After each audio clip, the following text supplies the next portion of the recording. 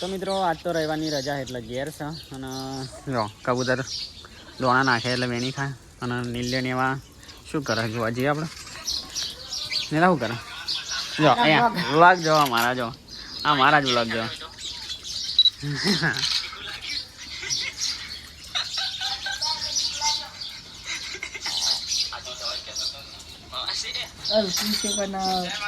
માહિર